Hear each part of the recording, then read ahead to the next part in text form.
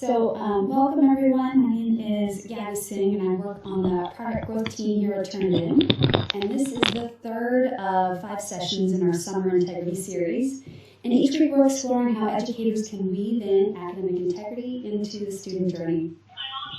So today we're midway through our series and we're reviewing the 5 tips on using technology to encourage original writing.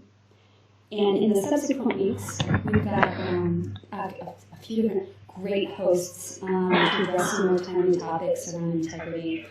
And they're intended to be really short and informative and valuable for anyone interested in exploring more about weaving integrity into the academic journey for students. And today, the team here, and Meg and Tyler are with me, are going to be reviewing some tips. You'll be muted, but please stay active with us on chat, and they'll try to answer questions as we go, or we'll save some time at the end as well. So, let's begin.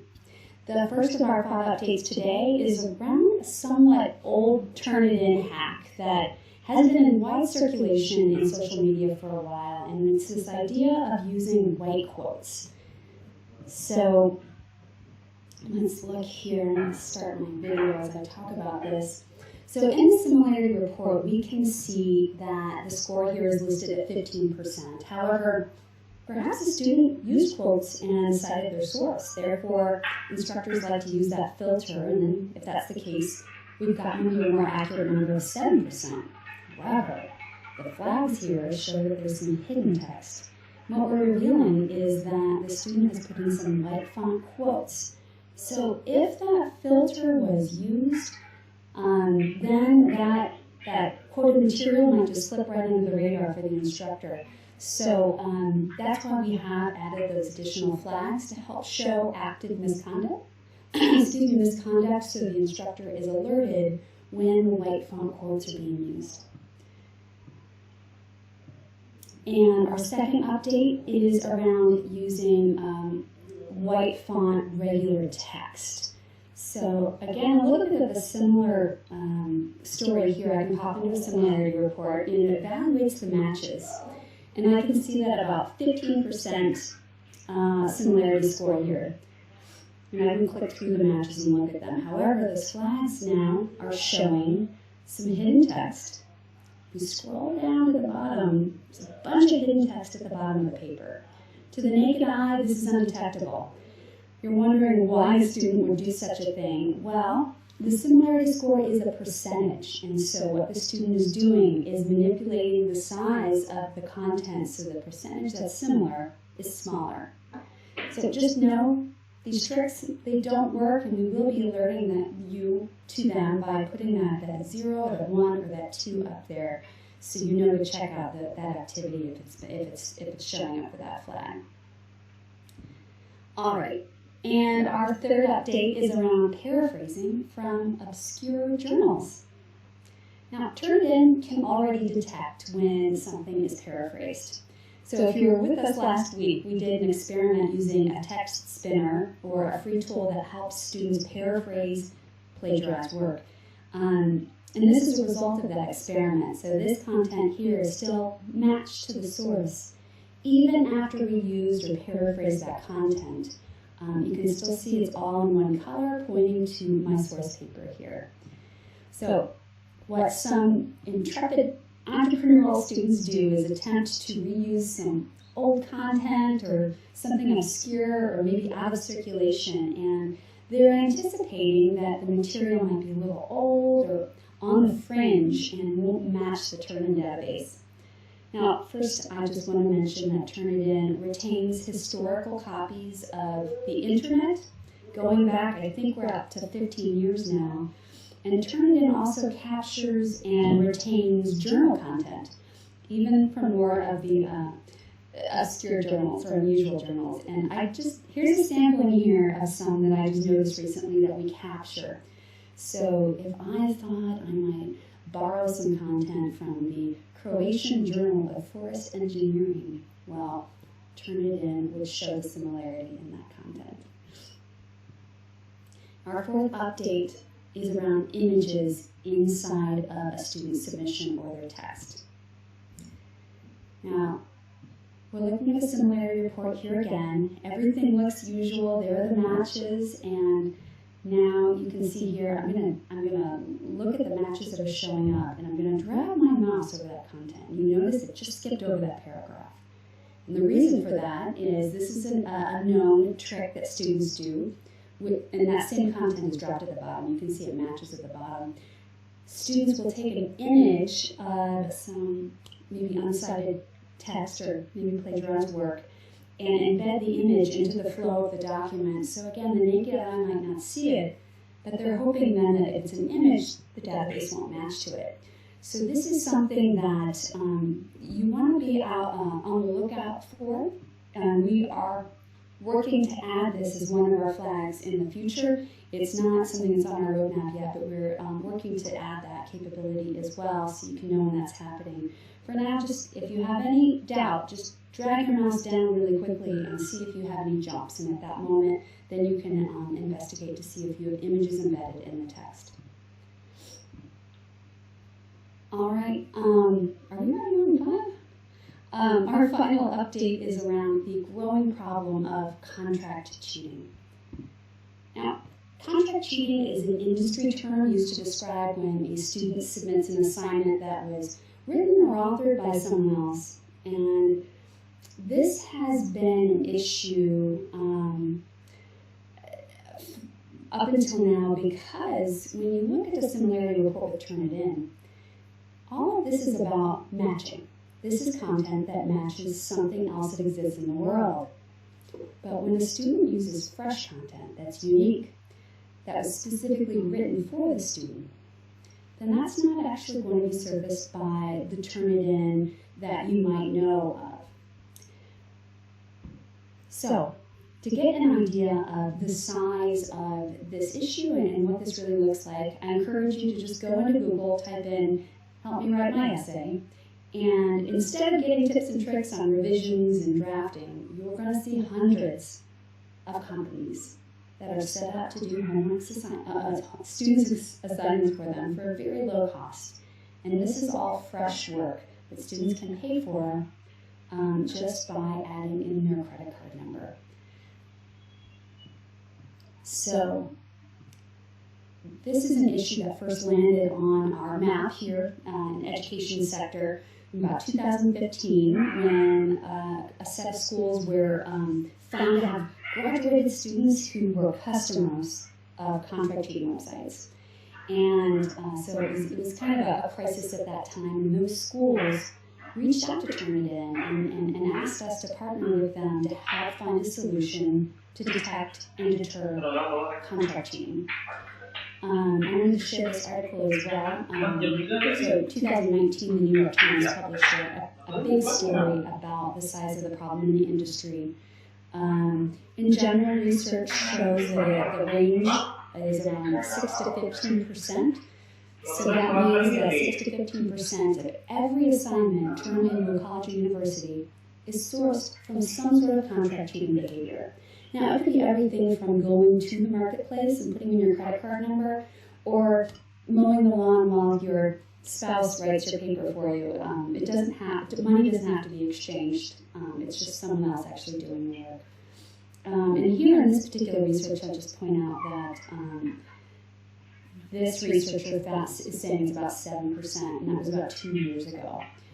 Now, since the world has changed significantly, including and especially in education, the way we deliver and manage education, that number has increased quite a bit.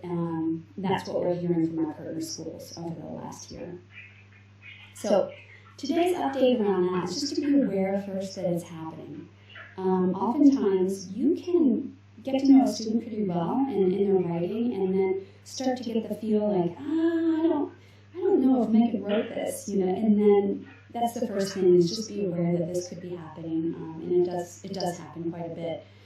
And there are a number of methods to help you understand when a student is not the author of the work that they submitted. Next week, we're going to actually look at specific data pieces that will help you make a confident determination. I want to mention Turnitin does offer a full spectrum solution that can provide insights to help support you with contract cheating detection. However, next week we were going to share insights and considerations that go beyond the Turnitin solution.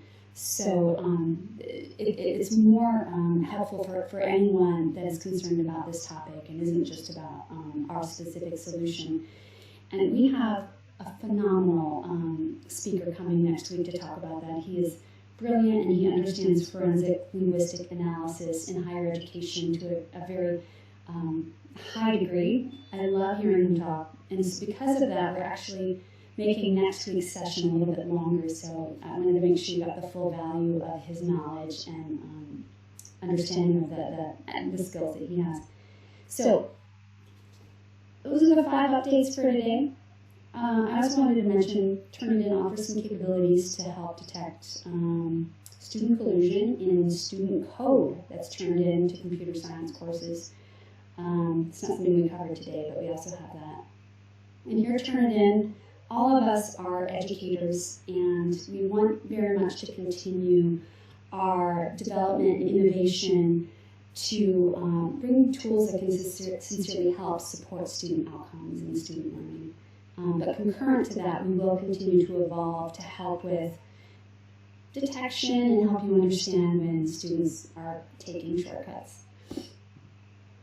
So we just looked at the tips and tricks in technology to encourage original writing, and these really focus on helping alert you so that you can get students back on track with in their academic progress early on. The quicker you know about it, the quicker you can intervene, find out the reasons why, and help them succeed in their career and in life.